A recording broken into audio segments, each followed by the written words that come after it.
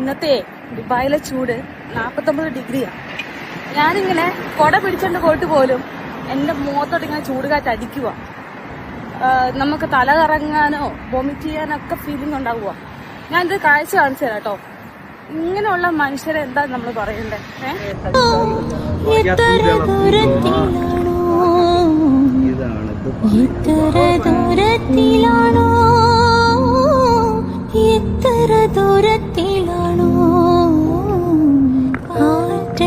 ഇങ്ങനെയുള്ള മനുഷ്യരെ എന്താ നമ്മൾ പറയണ്ടേ?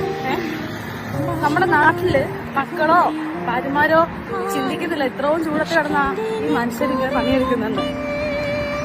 നമ്മളെല്ലാരും പണിയെടുക്കുന്നവരാണ്. പക്ഷെ ഈ ചൂടത്ത്, ഈ സമയത്ത് ഈ ചൂടത്ത് കിടന്ന് പണിയെടുക്കുന്നത് ഇച്ചിരി ബുദ്ധിമുട്ട് തന്നെയാണ് കേട്ടോ.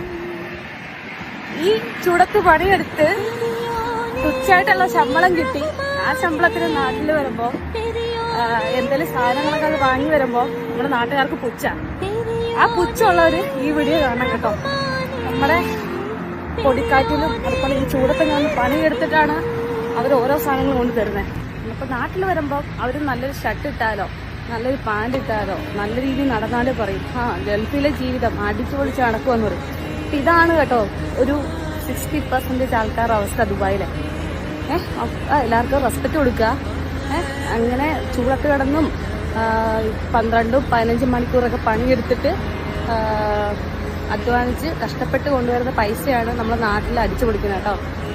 അപ്പോൾ ഓക്കെ അല്ലേ എല്ലാവരും?